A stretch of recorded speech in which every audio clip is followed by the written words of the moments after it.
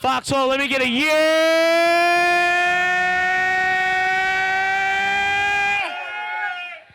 Yo, what's up, everybody? My name is DJ Mike. We out here at the Foxhole on a Saturday afternoon for B-Sides!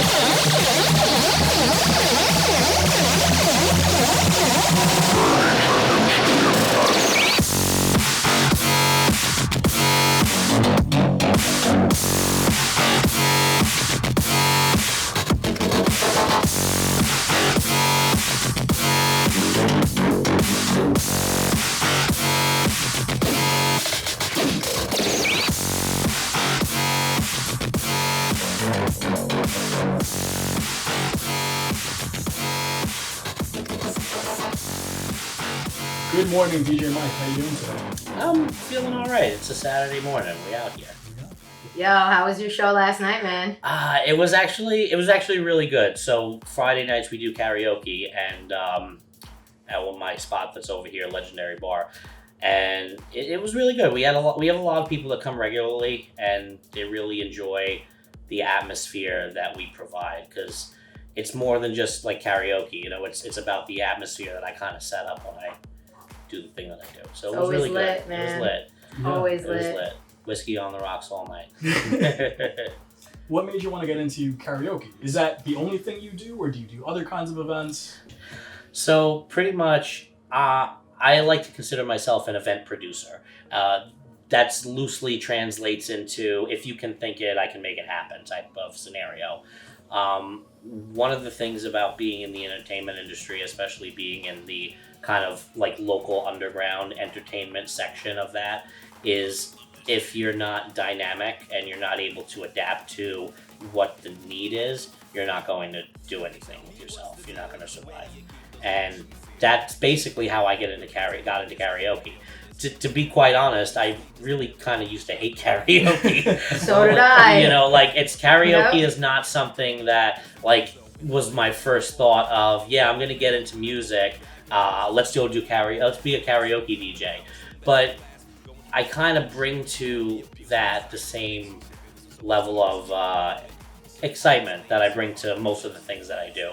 You know, I'm very up, fast paced. You know, Yeah. I can walk into a bar that's got, slow old tunes on the jukebox and everybody's just kind of like, hanging out, Going to sleep. sipping their whiskey and just,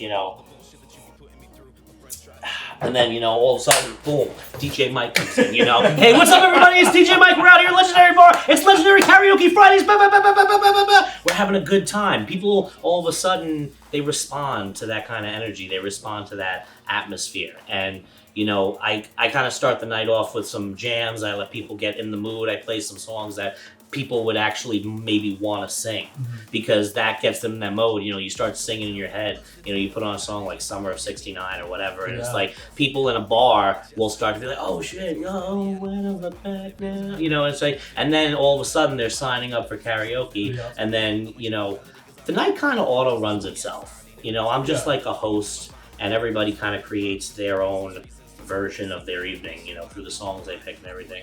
And we get a lot of good people to come out. A lot of the local music scene, because that's, where a lot of my roots are, come out and they come and patronize because, that's just kind of like how we do it. And, you'll get these amazing vocalists that'll just come through and just body songs in karaoke. And then, you have me, I'm like super detail oriented. So I'm sitting there like, micro adjusting the EQ on everybody's vocals. Like you have world-class sound engineering going on at a karaoke session. Yeah. And I'm like making everybody sound like, oh, so it's pretty cool. And it like people recognize that you're doing a little bit extra. you know, and that's really what makes the difference. So You're the first guy that I ever met that could do auto tuning on the entire basement of FLC. He came up to me and he's like, "I've got this program. Figured out the entire room. It's been 20 years. We can't do it." So props to you. That's how I first met you. yeah, it was actually On an iPad too, Yep. which, you know, I'm somebody who's not familiar with that stuff. Listen, Well, analog, that was cool. I won't take all the credit. So the original sound engineer for the Return of the Underground was a guy named Chris Gullum. Very nice kid. He's you know, an OG in the scene, and he has a sound business. So he was doing the live sound, and I was just doing the lighting.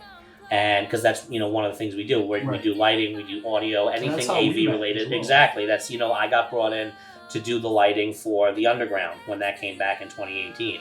So it was like, and it's, you know, when that came back, I saw the promo video and I was like, I lost my mind. I was like, oh my God. So like, I didn't even know Mike Barrios like that, but I hit him up. I was like, bro, call me. We need to talk. And like, I was like, listen, I need to be a part of this. Whatever like I can do, I just tell me what. I was like, and I was so enthusiastic. He was like, you know what, man?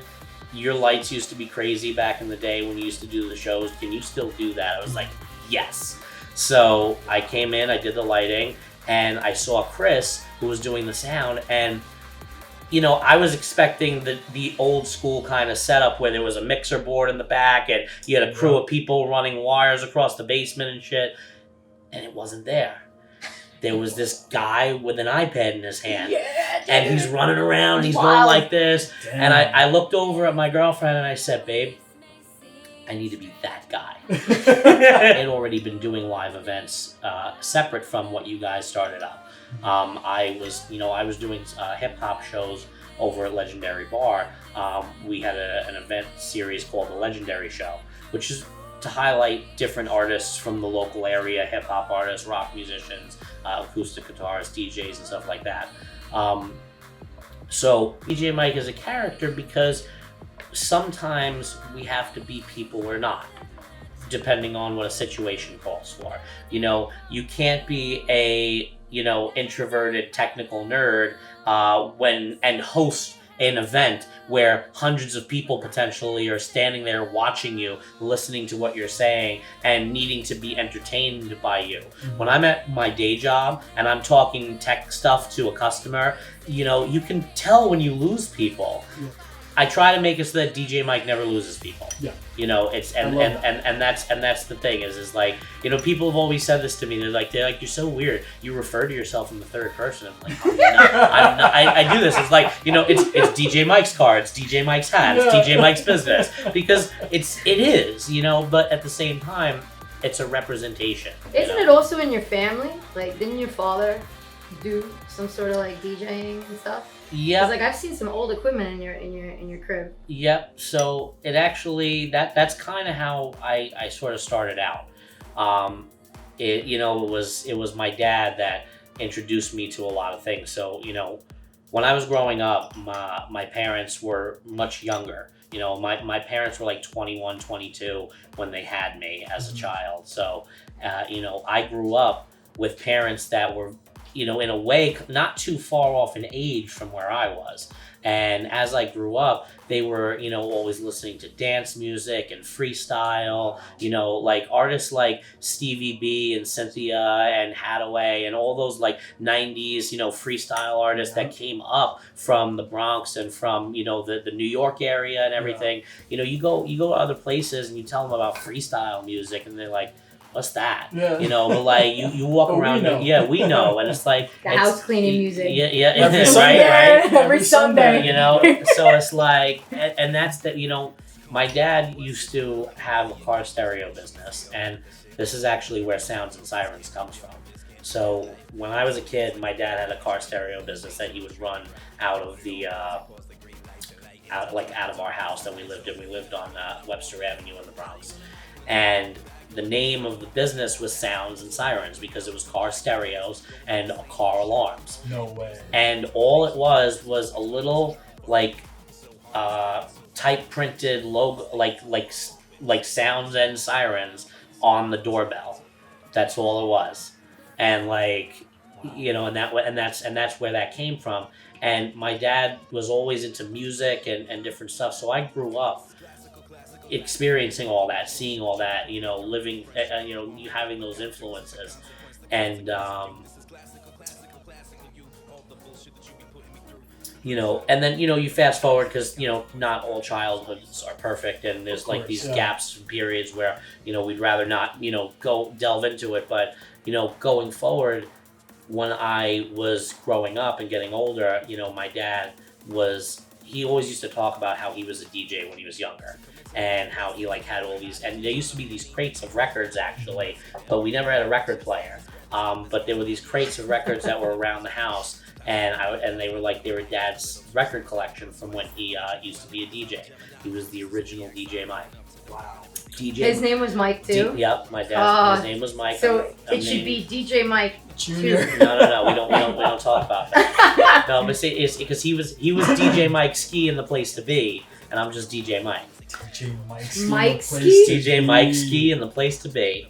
Where did he play? He used to party and do stuff all over. I mean, the 80s were a crazy time, Of you know. course, yeah. I could tell you stories that would definitely get edited out of this program. So Oh, that's awesome.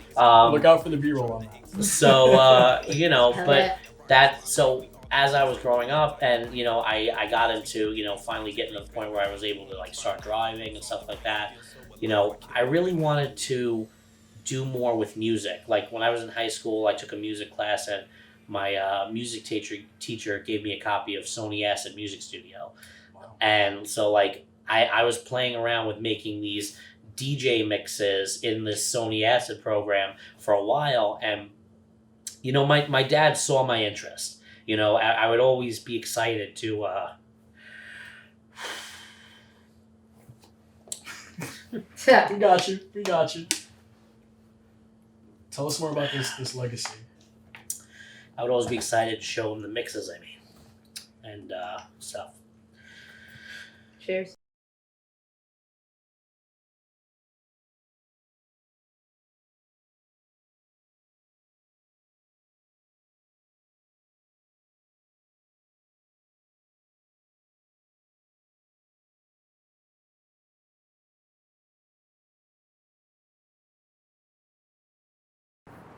So, my dad passed away in 2019 in October. It's actually is the anniversary of his passing, and you know, it's just been really hard for me to kind of cope with that. You know, he was a young man by standards. He was 55 years old, and you know, you don't realize a lot of the things that you would want to do or say, and so you can't do or say them anymore.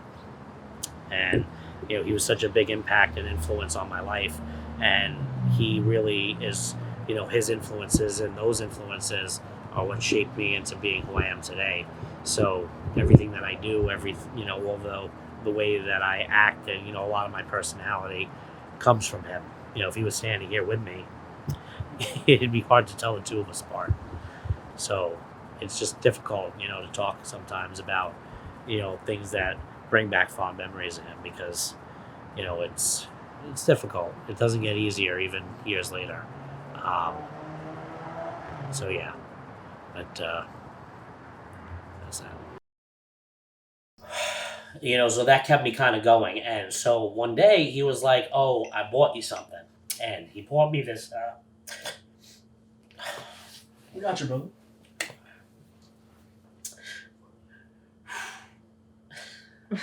He bought me this DJ mixer. It was a Hercules MK2 DJ mixer. It was one of the first ones, the first Old MIDI school. USB controllers for a DJ thing. And I used to sell them at Guitar Center. Yep. You Crazy, know. yeah. So Expensive. So he bought that for me, and you know, and I didn't really play with it too much at first. Mm. I didn't totally know like how to work with it or whatever. But I kept making the mixes, and I kept doing different things, and then an opportunity. Underground, you mentioned the OGs. Tell us how you started getting to know these people. How you started doing DJing. Sure. So I guess the first real DJ gig I ever did was at the Bronx Underground dance party. I got to be able to do that, and this was right around that time when I was stopped working for the other guy. My dad got me this equipment. Now I needed to find something to do with it. And, you know, my dad was a business kind of guy in that respect. He was already on me about, listen, we spent all this money, we got all this equipment, now we need to do something with it. So I had to figure out something to do with it. Okay. And then I went to a show in the summer, and I was sitting outside in my car, and I think I was honestly making too much noise, which was probably the case, because that's usually the problem with me. And one of the security guys came up to me, a guy named John Critic. Very nice guy. My boy, rest in peace. You know, who touched a lot of people, you know, and everything. But he came up to me and said something to the effect of, you know, you gotta, you know, move it that way. And I started talking to him or whatever. We talked a little bit, and I told him that I was a DJ and that I really wanted to get involved with doing some stuff with the Bronx Underground. Who do I talk to? So he told me to contact Anita on MySpace. Okay, this is how old we are. We're going okay, so far back. We're talking about MySpace here. Oh my god. So I hit up Anita. I was like, "Hey, what's up? I'm DJ Mike. I'm really excited because I want to be part of the music stuff and whatever. And here's my demo tape." And I sent her like a mix that I had made. And she loved it, or she hit me up and she was like, "Yes, we've been thinking about doing a dance party. We've done one once before, and we'd love to have you."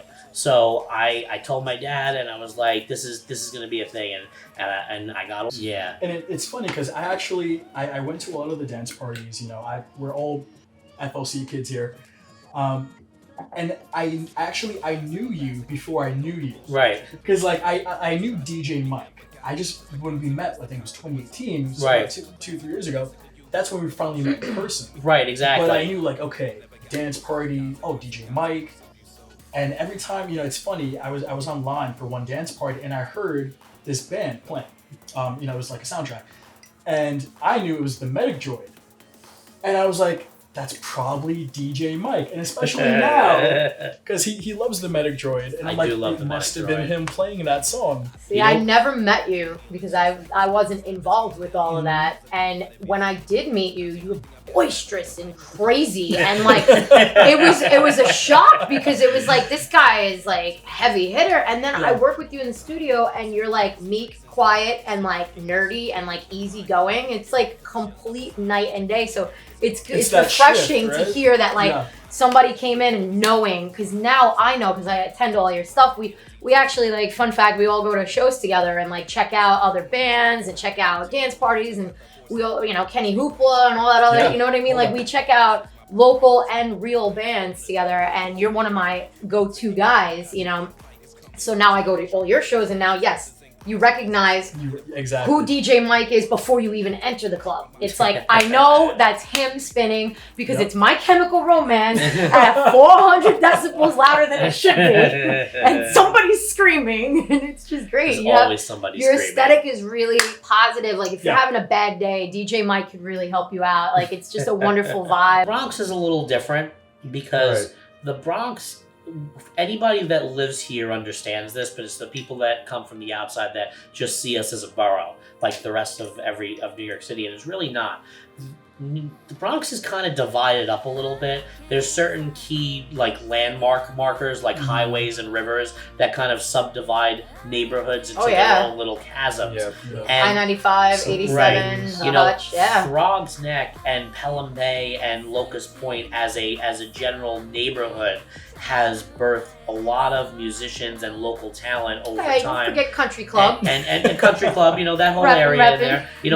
But that's not to say that, areas like Mott Haven and down in the South Bronx, in Hunts Point, and and up north, these are all areas that have their own things going on. Their own culture, their own scene, their own things. We've done work with you. And the thing with Sounds and Sirens is that it's not just DJ Mike. Right. You're getting the lighting, you're getting the sound, you're getting the whole package, which I think is very unique and very advantageous on your part, because I think that's something that not many people have.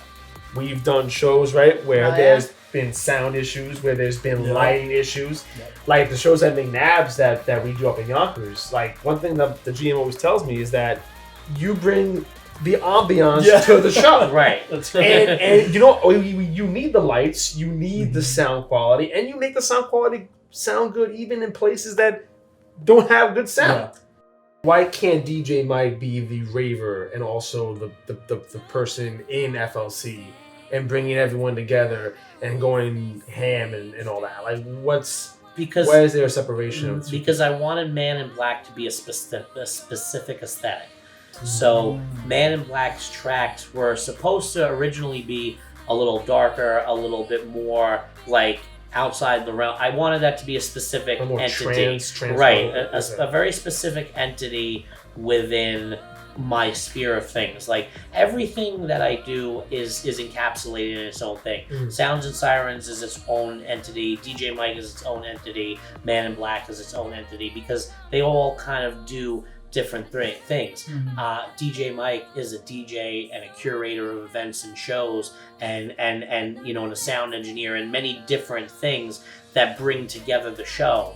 But Man in Black specifically is a producer. He specifically produces beats and music and performs those beats and music. And within that, right, I've almost kind of like created this circle around it because Man in Black can't be as dynamic as DJ Mike because he's restricted to the music that he's created. Should we call Bellevue Hospital? I mean, we're really getting into my... We're a legendary bar. We're a legendary bar. Yeah, so tell us the about on Tremont Avenue. Tell us more about. A wild turkey. Tell I us know, more. right? Something's happening over here. I don't know. We don't know nothing about it, me and you. Okay. All right. Well, no, seriously. Tell us more about this space, about your experiences doing karaoke here, and how's the vibes? So, like, how is it? Legendary is one of those small venue spaces, and spaces is the proper word in the Bronx that we were talking about earlier. Yeah. We do a lot of our stuff here. We do DJ nights, we do karaoke nights. In the back room, we host live events and everything. You know, so it's like it's a dynamic little place. You know, I like the fact that this is a small bar area where you can come and sit down with, you know, the air coming in. You got light coming through the window. This corner right here is where we normally be set up. You walk in, I'm right there. I'm in your face. You can see him from the window. I'm in everybody's This face. when I arrive. Yeah. I'm out the window. And he's like, yo! You get your own You entrance. feel famous from right here. You feel famous. It's great. And that's like, I try to promote that atmosphere. Like, we turn this place from a little, like, you know, Like a dive bar. This is a dive bar. not really. You know, it's a little neighborhood place. We turn it from a neighborhood bar into like a whole club experience. You know, people come in here and, you know, you can feel the bass, you can feel the music, you can hear everything. It's like you have a good time, and there's good people that are in here. You know, you have your regular folks that always come through. The food here is really good. The drinks are really good, reasonably priced. And this Yeah. happens when every. Karaoke's every Friday. We try to do a show in the back at least once a month. COVID put a few dents in that, but we're working on getting back to it. Yo, Mike, is that you? No, that's not me. I'm right Hey, here. Mike, how did you find this place? You know what's funny? My very good friend Danny Tragic is good friends Shout out with. to Danny Tragic. Shout out to Danny Tragic. My Talented drummer, talented rapper. My very good friend Danny Tragic, we were looking for a space to host our a release party. We were having a release party for a track that we did with this other group from Harlem. It was a collaboration track. We wanted to have an event where we basically released the track at an event, you know, that we were hosting. So Danny was like, "Oh, I know the perfect place. Let's go to Legendary." And I'm like, "Legendary? What's that? You know, where's that?" Like, you know, I've never been here before. And we came in and we went all the way into the back, and the owner Frank is sitting there with his feet up, and you know, and here comes me, DJ Mike, and, you know, with Danny, who introduces me to him. I say hello, whatever, and we start talking, and I secured a date right then and there. And, you know, like, I didn't even know a date. I walked in there blind. I didn't know what day we were trying to do it or anything like that. But, you know, again, when you walk into an opportunity and you see that you can actually do something here, you don't walk away from that without a solid thing in mind. Right. So I You're pulled not out my banging it out, calendar. yeah. I picked May 18th, I think, and I was like, May 18th is Saturday. Can we have that date? And he was like, yeah, sure, come on down. I've experienced a lot of bars in the Bronx have issues with sound and issues with blocking. Like there's, you know, even the places that I've booked myself have had bars in front of you that prevent the crowd from interacting with you or moshing. Yeah, And, big pole in the center big of the room. pole. Yeah. Like that room back there is underestimated It's a nice for how awesome great. you can be involved with your crowd as a musician, especially you know, coming from like a rock-based band. Your drummer's in the back, you're in the middle. The crowd can interact with you without that bar or that pole or, you know, something hanging in front of you, which is really awesome. You know, That's this is an important. underestimated place. Yeah, it's like, important because what we talked about earlier about reading your audience, reading the crowd, right. and then that provides different experience levels based upon how people are feeling at that time. Right. So you need that interaction. It's important in the show. And there's also But, yeah. merch places on the side. Like you Yeah. can put like a little merch booth in the corners. You have your merch guy or girl like Absolutely, running it. yeah. I think that's awesome. This place is very underrated. So, Mike, just where do you see the future of Legendary with Sounds and Sirens? I mean, More shows, bigger events. definitely more shows. I wouldn't say bigger events because we've gotten pretty big here as it is already. Yeah, we've had each part of this bar completely packed to the brim, you know, at some of our events. So, you know, bigger may not necessarily be better, but this space, as long as the ownership is willing to continue letting us work here and letting us do events here and live shows, would be a space for musicians and artists in the Bronx to look forward to as, hey, you know what? The Legendary show is a staple. It's something to do. You know, like in a lot of communities, a lot of these bars and restaurants and venues, it's like a checklist for artists. It's like, oh, I played at Palladium, or I played at Webster Hall, or I played at Arlene's Grocery. Well, you know what? Now you're gonna get to say I played at the Legendary show. You know.